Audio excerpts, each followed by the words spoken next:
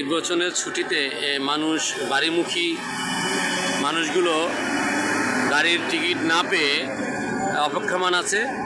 গাড়ি সীমিত গাড়ি তো যাত্রী হঠাৎ করে দ্বিগুণ হওয়াতে একটু সমস্যা যাচ্ছে, ভাড়া বেশি নিচ্ছে, যাত্রীরা অভিযোগ করেছে। দর্শক, আমরা আছি লাইভে, এখন দেখাচ্ছি কি পরিমাণ বাড়তি যাত্রী রাস্তায় বেরিয়ে গেছে।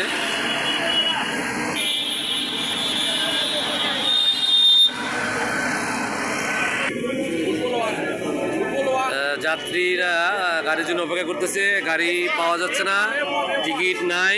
হঠাৎ করে যাত্রীর চাপের কারণে এই সমস্যাটা দেখা গেছে। জনগণ বেশি নেমে গেছে, হঠাৎ করে ছুটি বেশি ছুটি পাওয়ার কারণে মানুষ সব বাড়িমুখী হয়ে যাচ্ছে। এখন এরা গাবতলীতে অপেক্ষমান আছে অনেক যাত্রীদের অভিযোগ হলো গাড়ি ভাড়া বেশি নিচ্ছে।